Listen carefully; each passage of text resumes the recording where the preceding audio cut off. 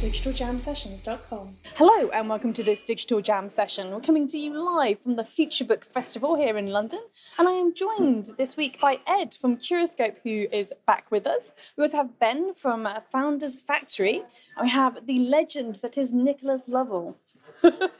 Welcome, gentlemen. Hello. Why don't you explain for our lovely listeners a little bit more about who you are and what you do? Ed, why don't you tell us all about your lovely t-shirts? So I'm Ed, CEO of Curoscope.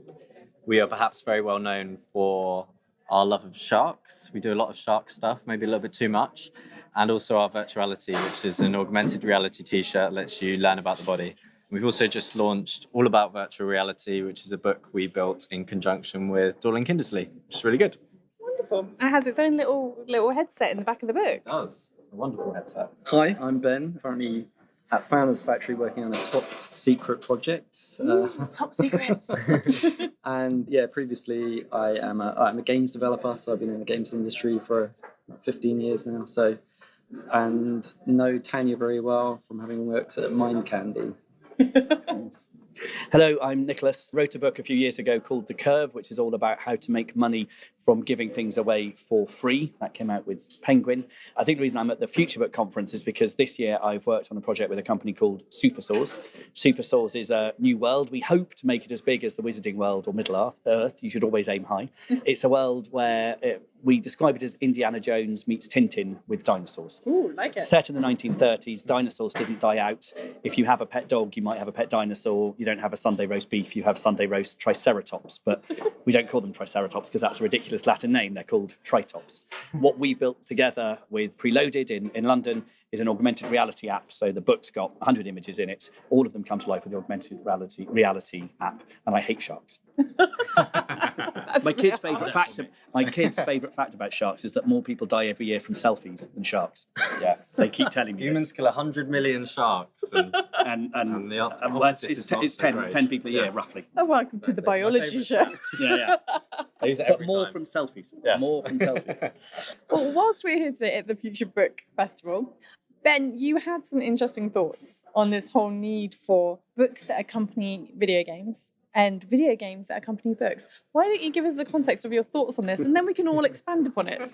Yeah, so I think we're in the minority here being games people. It's mostly book publishers. And the talks that we've been to is a lot about book publishers asking how interactive experiences or games or VR can help sell their books. As I know, and as I'm sure you guys know, it's actually really hard to sell games as well. Yes, absolutely. I think it's definitely not a magic bullet for book publishers. They're not just going to make an interactive experience and something that's going to sell more books. I'm more interested in how it can be a symbiotic relationship. Is there some way that we can both sell more of the thing that we're trying to sell, rather than it just being using one medium to try and increase the sales of another medium? It seems like there should be a way for us all to work together.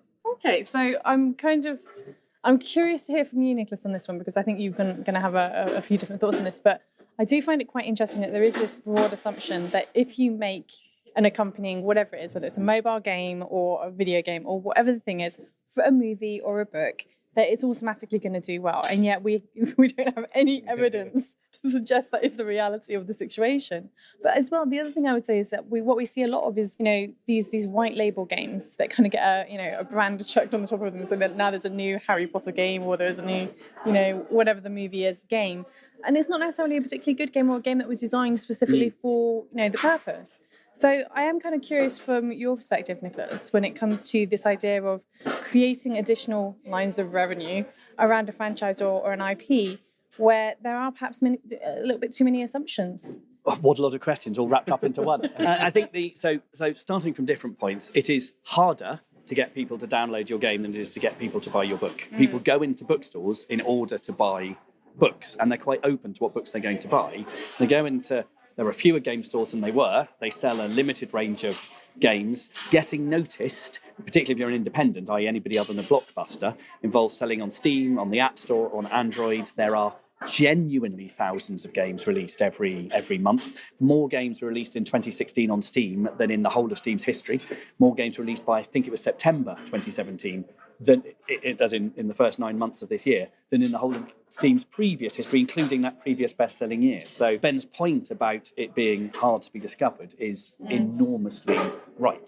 The symbiotic point is, I think, the correct way of coming about it. So we assume that our number one, with Supersource as an example, our number way of finding an audience is traditional book marketing. What the app enables us to have is direct relationships with those customers.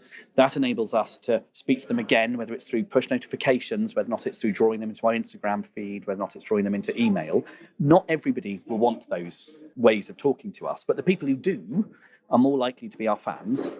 Superstores, we have an advantage. It is an already pre-purchase, and this is announced. Bonnier Zafra bought a 6-book series. So 6 books are planned very fast. The next one you can already pre-order on Amazon. Sorry, no sales pitches, but it comes out in February. And the last one only came out in September. I mean, it's an incredibly fast rhythm, and we're keeping that up. So we get multiple bites at it, to come back to your symbiotic. We don't have one book, one game, one moment of time when we are new, hopefully hot, but definitely new, and then it's over. We're keeping trying at it. And so I think that the first answer is that the symbiosis has to involve trying to drive both. I think it's probably important to know which one is your primary revenue driver, which one is the heart of it. And for us right now, the book is the heart of it. Who knows in the future, maybe it could be a film, maybe it could be a TV series, who knows. But right now, the book's the heart of it, and the digital is supporting.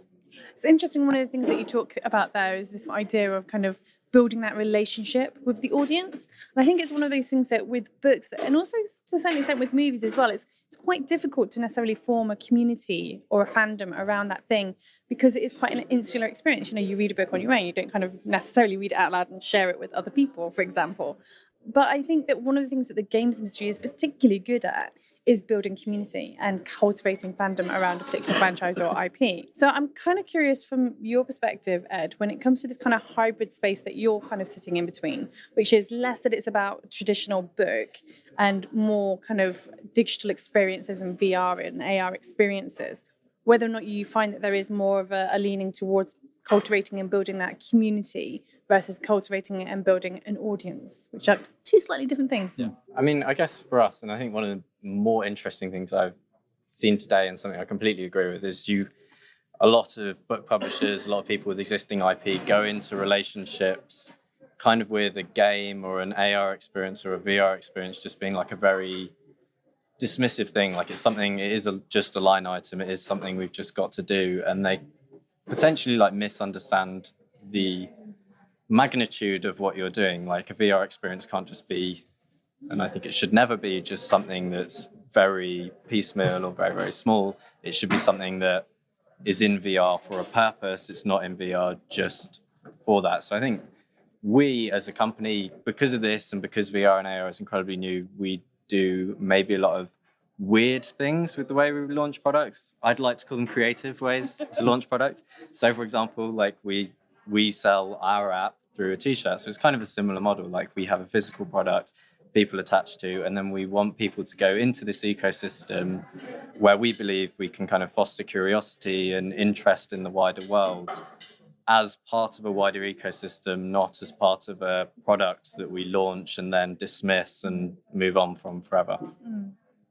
So given that you're talking about kind of getting people interested in the t-shirt first, and then there's this whole kind of curiosity of the world that goes around that, I'm kind of curious, Ben, from your perspective, and I'm not going to use Mind Candy as an example or Mosh Monsters as an example here. Please do. But It's a good one. well, yeah, neutrality and all that. But I am kind of curious from your perspective. Okay, fine, we'll use Mosh Monsters. But the thing with Mosh Monsters was it was always about everything that was being produced, all those different lines of revenue, all the physical product, always pushed back to the digital world. There was always somewhere on the box, there was always a thing saying, go back to the game and use this code and get this free digital asset or whatever the thing was. But it was always about pushing people back to that kind of digital heartland, if that makes sense. And I'm kind of curious from your perspective whether or not it's something that we need to see more of when it comes to kind of gaming franchises, gaming products, that it's not just about the physicality of playing the game, but also about all these other products pushing back towards the game. Because oftentimes what we see are very separated lines of revenue that don't really have that crossover interaction. Yeah, I think, Moshi is a good example of that. One of the earliest ones that were doing it as well. And it was kind of a clunky way with sort of printed codes that you had to then type in. The user experience wasn't that great, but you look at things now, you've got Skylanders, you've got Aimbo. That's doing exactly what you're saying. It's got the physical product that you can then experience within the game. In my opinion, that's sort of just the beginning of what we should be seeing. In a utopia, I believe that, we segregate ourselves as companies and say we're a games company, we're a books company, we're this, we're that. But actually, you should be looking at your creative output as a whole. Not necessarily limiting yourselves to just one medium, and rather thinking, we're going to create this world, we're going to create this experience. How can we use all these different mediums to give the user the best experience that they can get? And I think that's one thing that Mind Candy did really well with Moshi Monsters was the magazine, the game, the toys, everything like that, all around that kind of central world. And you don't see many people doing it that well these days. But it'd be nice to see other people trying to do that. Well, I think one thing we have to bear in mind in there is about the difference between the people who experience our products, the people who love our products, and the people who really love our products. And they will all have quite a different desire to interact. There are some books or games which I'm happy to play and enjoy, and then they're done, and I want to move on. And there are others where I am so deeply engaged that I care enough. I'm a big fan of Hearthstone. I don't own any T-shirts of Hearthstone, but for the first time ever, I'm considering going to a gaming conference. And I mean, I go to a lot professionally, but as a consumer, they're not my thing. And actually, that one's drawing me in. I think it's really important when talking about Mind Candy. There are some people for whom it was just a magazine. That was their thing. Yeah. For most people, obviously, it was more the digital. That was Mind Candy's starting point. And maybe not by revenue, but there's always that question there. It's easier to sell physical things than digital things. We know that. It's easier to sell bits than atoms. So I think that we need to address Ben's point, I think we need to make sure that when we're trying to create these worlds, and I think a world's an important word here, to do what Ben was describing, you need to be creating worlds, not stories. Stories are linear. They have a beginning, a middle, and an end. Worlds are places where many stories can be told. And the more stories can be told, the more ways you can tell them and sell them to different people. But we should also be aware there are some fly-by customers, the people who some people describe as not proper geeks because they're not properly engaged. And then the other people who are deeply engaged, and realise that we have as companies, we have consumers all the way along that spectrum. Sometimes we should be strongly delivering towards what Ben wants, which is the fully integrated world. But we also ought to be aware that we need the easier outreach, if you like, the on-ramp to come into our world. If you know that you have to be so deeply engaged, if you know at the start of Game of Thrones you've got 7 bloody seasons to get through before you get to the end, actually you may never start. So how do we give people an easier on-ramp? Do you know, it's interesting that you're using Game of Thrones as an example, and the reason is because the viewing habits and the viewing trends around Games of Thrones has actually been incredibly interesting. And the reason is because of things like YouTube, and I'm guilty of this, I'm actually one of the people who did this, which is I didn't bother watching the actual whole series. I only cared about certain key characters. So all I did was go on YouTube and I would watch all of their clips for that character. And I managed to get through 6 entire seasons, not knowing what happens to any of the other characters and any of the literally, and only watched like the key characters I actually cared about. That's video gaming it. It's just I'm only going to explore this person's storyline, not that one. Sounds amazing. But apparently, a lot of people were doing this on YouTube, and that was how they were consuming the series. So then, when you talk about what's happening to the Starks or what's happening to whoever else, and you're like, not really sure what's going on there. And eventually it got to the point of, the most recent season, I don't know which, 6 or 7, I don't know which one is. No spoilers. No spoilers. No spoilers after season 3. But the point is that it got to that point where I wanted to understand what was happening in the current or the most recent season. And I realised actually I did need to kind of go back and actually watch some of the other storylines because the evolution of their character arcs had made them suddenly more interesting. So back in the beginning when I was watching, I was like, oh, they're not very interesting. But by the time you got to the current season, it's like suddenly everything's happened and you're just like, whoa, okay, what happens here? And so you had to kind of go back and revisit it. But for at least 6 seasons, I was quite happy not knowing what happened to the rest of the characters. It's interesting because this is what you were talking about, because my wife's the other end of the spectrum. She is on her 3rd read through of the books. Oh, I love the book. It's just the fact she hasn't caught up. The TV show is now ahead of the books is why I'm unhappy. But she also has the, this collector's edition of all the maps of Westeros that you can, you have to put them on the floor. They're that kind of big, so you can follow the journeys of all the characters. So she's on that kind of super user end of the market where she's completely invested in it, and not just looking at clips on YouTube for free. So it kind of proves your point there, Nick. Absolutely. The fascinating thing about Games of Thrones, whisper it quietly, is it's a soap opera. I mean, it follows almost exactly the structure of EastEnders. It's just EastEnders with swords and sex. And I think that's fascinating because it's moving us away from kind of either it's still got a lot of male fantasy in it, but very male fantasy video games or action blockbusters and going, these are storylines about people. Yes. A lot of the problem, I think, is in the first 3 seasons, all the people were horrible. Yes. They actually got a little bit nicer or more interesting through, Jamie Lannister changed his character quite a lot through the thing. Don't spoil it for our listeners. He changed. You haven't watched it yet. He changed. That's all. I'm being careful. And I think that is really interesting, that it's become, we're telling stories through a different interwoven narrative I have not heard before of somebody deconstructing it, but it's quite normal in video games. Yes, if you take a BioWare game where you might pick certain companions and follow their storylines in detail and not bother with any of the others, that's what you're describing in Game of Thrones, which is, it's blowing my mind. But I think it's quite interesting that you have that scope of story and scope of characters that you can do that, but also that the platforms can facilitate that. Things like YouTube and Vimeo can facilitate that. And I think we are getting to a stage now where it is almost the next step from video on demand and then streaming, which is, I don't want to stream like the entire season, or I don't want to stream like a couple of episodes when I want them. Now I just want to drill it right down to the specific characters I actually care about, and I'll binge on those characters. I won't binge on the entire series. And I do think it's kind of maybe taking it even to that next step in terms of behaviours that we're starting to see emerge. But I am curious to understand, when we're talking about this idea of not being platform first, but being kind of IP and almost kind of franchise first in some ways, whether or not there is that scope to facilitate that kind of emerging trend right from day one, which is, we'll give you such a big buffet of options here, and we know you're not going to take everything off the table, but there's a couple of different things here that you're really going to like, and feel free to deconstruct it. Do we think that we're going to start to see more of those type of gaming behaviors in other types of mediums, whether it's books or movies or theatre or whatever the thing may be?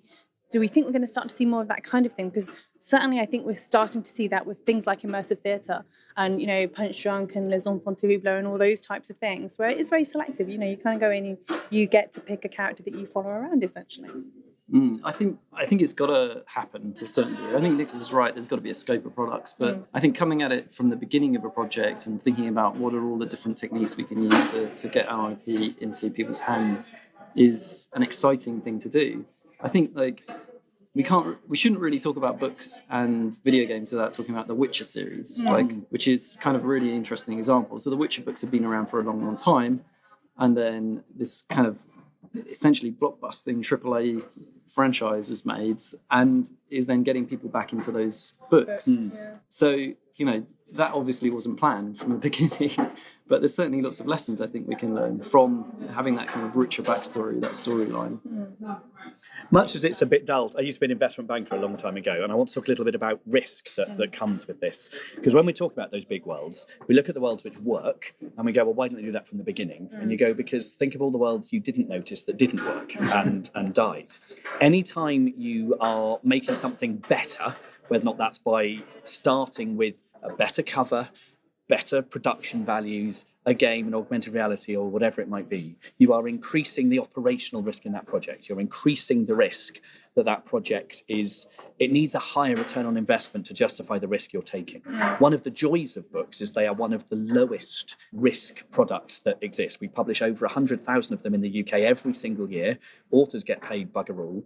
So actually there's a lot of skill, there's a lot of work that goes into it, but actually for each book, the amount of financial risk being taken is sufficiently low that you can take a slight throw the spaghetti at the wall and see what sticks approach. And when something works, jump on it with all feet and kind of go as hard as you can. The more you try and make a thing work, and to be fair, with Supersaws, I'm going more down your route, which is trying to make it all work at the beginning. And we've probably spent a bit too much money at the beginning. But in the end, if the world and the story doesn't stick, all the other stuff I'm doing is completely wasted. But it's interesting that you say this, in as much as I one of the things that we see so much of in the mobile games industry, especially, is prolific across all the games industry, but very much in mobile gaming, is this thing where you do have a studio and they will churn out so many games and they'll wait for something to kind of hit the wall and stick, and then they will frantically just jump on that thing and bleed it dry. It it becomes the Angry Birds. Yeah, well, the money milker, and you just keep bleeding that thing for years and maybe even a decade. But the point being is that 9 times out of 10, the studio has no idea what actually made it successful. Absolutely. Yeah. And then we have that one-hit wonder syndrome where once that thing starts to die a death, they have no idea how to create another IP that's successful because they don't know what they did in the first place. But that's, I think, what I was talking about. Rather than it being upfront, we're going to like build a game, build a book, build a magazine, all that. It's just like not limit yourself. So, like, if you're, get your primary revenue driver. If it's successful, be ready to like branch out on all those things. And I think, Angry Birds, they obviously didn't have that plan, but they did execute on it after they found out that Angry Birds was successful, right? I mean, I have Angry Birds cufflinks. Licensing was The ultimate their friend. license. Yeah. And I think if you look outside of books and games into TV, you look at the shows that Nickelodeon produce, like Paw Patrol, for instance. My absolutely. daughter is obsessed with Paw Patrol. And she watches it on Netflix for essentially free because it's my Netflix subscription. But Nickelodeon are making all their money back because she has the pajamas, she has the slippers, she has the book, she has the stickers. I've spent tons of money on the surrounding kind of products with that. And I think, TV show producers already know that's where their revenue streams are coming from. The TV show is almost an advert in that sense. So I agree. I'm going to be a bit mean here and use Mind Candy as a cautionary tale there. And it's a cautionary tale because I think, as an outside, I've never worked at Mind Candy. I've been an outside watcher for a long time. I wrote a lot on my website, Games Brief, about it in its heyday. I know, I saw. And I was very positive. But what I noticed was the merchandising tail beginning to wag the IP dog. And what I mean by that is that licensing revenue was going incredibly well. All the stuff you're describing for Paw Patrol. 190 licensing partners at one point. The magazines, and then as a result, any other digital platform could get a book deal because everybody has seen the success of the Mind Candy deal and everything else. Yeah. But in Eric Ries's lean startup terminology, there's the startup entrepreneurial people who are able to innovate and rapidly create new ideas, and they are comfortable with a particular type of risk. And then there are the more I don't want to use the word exploitation because it sounds negative, but there's this thing works now. How do we make more money from it in order to enable us to keep investing in the new projects? And I started seeing at Mind Candy as an outsider that while there were enormous positive signs of revenue growth happening incredibly fast in the merchandising, that lags 2 years behind the IP creation on the platform. And Mind Candy, or Moshi Monster specifically, grew with its audience, and then a combination of the smartphone generation and Facebook came along and started threatening them. And you grow with the audience. So when you hit 13, 14, you're not a Moshi Monsters fan anymore. You're now in Facebook and Instagram and Snapchat. And the warning signs financially weren't there yet because you had this lag. And by the time the warning signs became obvious, actually the experimentation in the early days seemed less clear. Now, I'm an outsider. That's my analytical view. It's a good... I think you're probably right. I'd be interested to know where you think on the scale of that Rovio is, whether you think they're making the same mistakes possibly. Well, so they know it, I think, is the first thing. So they are very aware. They have been trying again and again to attempt to break out of the Angry Birds kind of reliance. They are clearly a one-brand wonder. They're not a one-game wonder, but they're a one-brand wonder. There are, I suppose you can't really say Marvel's a one-brand. Well, you can say Lucasfilm's a one-brand wonder. So one-brand wonders can be very valuable. And I've lost track. I know they've announced their IPO. I can't remember if they actually floated or not. So, yes, I think they're on that track. It is incredibly hard to be an organisation which is extremely good at managing 190 licensing partners and also being a business which is good at experimenting with new stuff. It's very hard to do both things. Rovio's got a new studio in London trying to create a non-Angry Birds RPG. They've been told they don't have to ship anything until 2019, which frankly I think is dangerous, but that's another point. So they're aware of it. But yes, and we've seen King go through its Saga format. That's their only format. Zynga broadly only had its Ville format, Author with Friends format. But yes, it's very, very hard. Very hard. So on that note, I'm curious then to understand from you what it is that you think needs to change, be that a cultural thing or a technological thing that's going to change the way that these game studios and these small IPs are kind of building their empires, if you like. And I'm going to start with you, Ed, because you have been on this show more times than anybody else. So I get that. What do I think? I mean, I think I more broadly think, like what we were talking about before, is correct. I think people don't you've kind of got this ecosystem where either you go completely into it, and you do see companies like Rovio doing things like that, where they're like, we're going to launch something in 2019, and you kind of work up this 2-year thing where they work up every single part of the ecosystem. And the reality is that you do, like, as horrible a thing as it seems, you do actually have to throw a few things out and see what kind of really takes hold, and where a community kind of gets born, and then go with it, and then do this kind of whole focusing on the ecosystem that's going back. I think what's interesting is I feel like we're moving into a world where perhaps 20, 30 years ago, everything was a little bit isolated, and now you even get things like interactive theatre rebooting IPs from like 20, 30 years ago, and this kind of whole rebirth, and you have these vast worlds that I think are kind of also mirrored in like the technology world. You've got, whereas maybe before you had like hundreds of thousands of little startups, now you have Facebook and Google and Apple being their own worlds with their own kind of super fans and their own products and their own kind of struggle to innovate at the bottom end before things come out. I don't know where I'm kind of going with that, but I find it incredibly interesting, and I think that is, I think the challenge, bringing it kind of back to Future Book, I think the challenge for book publishers is not to see any of these kind of new technologies as like the silver bullet that's going to create that, but actually to maybe be looking for the signs that are the things that will ignite that, and then doing that in a very considered way that isn't just, we've got a great IP, so now we're going to do X, Y, and Z, and we're going to rinse it to the end of its death, and then hope that we've got something else that's going to follow through. Okay, Ben. I think one of the things that I think probably people want to change is technology. I think the games industry specifically have been struggling without that technological change that used to happen with the console cycle, and then the console cycle kind of went out and we had mobile, and mobile sort of iterated for a bit, but it's plateaued now. I mean, there's really no technological difference between the iPhone 10 and the iPhone 5, because games people still have to make their game work on the iPhone 5. So I think that's why lots of people jumped on VR very early, lots of investment, lots of game studios jumping on it. I think there's going to be lots of people losing their investment potentially, because I don't think games are right now the correct experience in VR, certainly not to make money. So I think people are sort of struggling to find that next technological leap.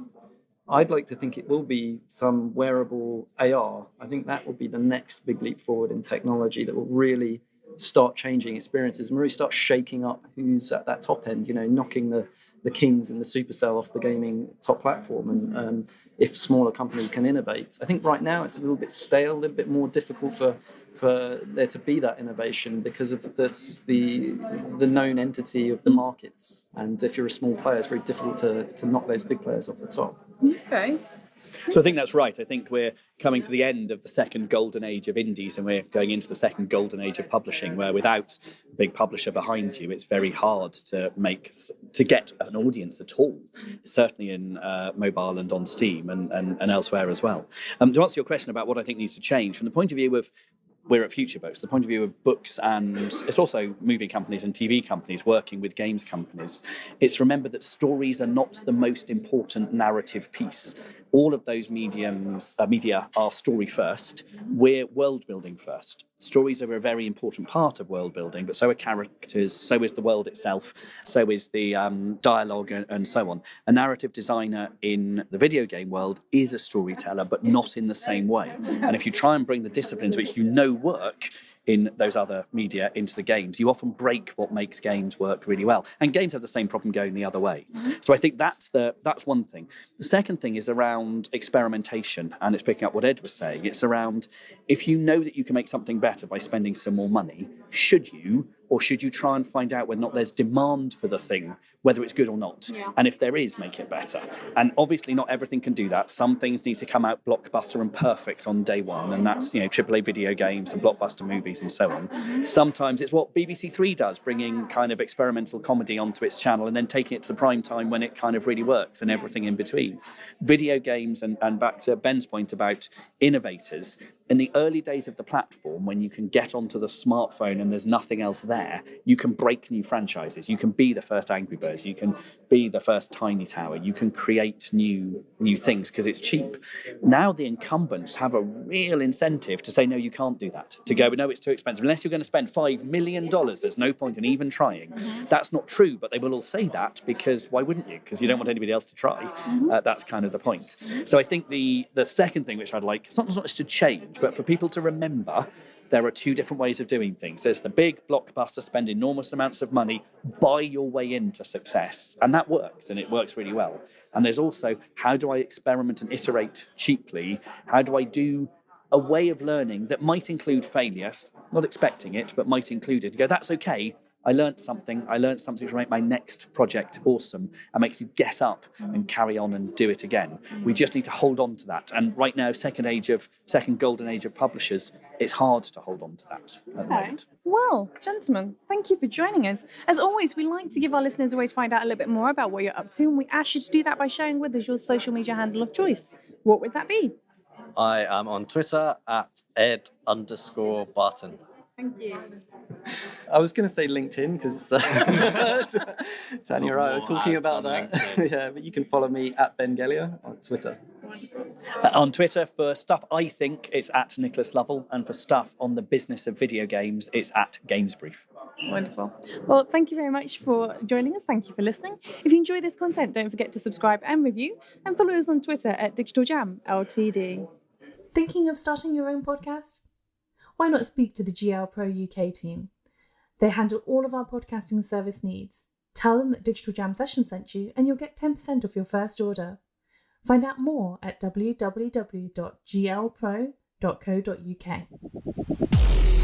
digitaljamsessions.com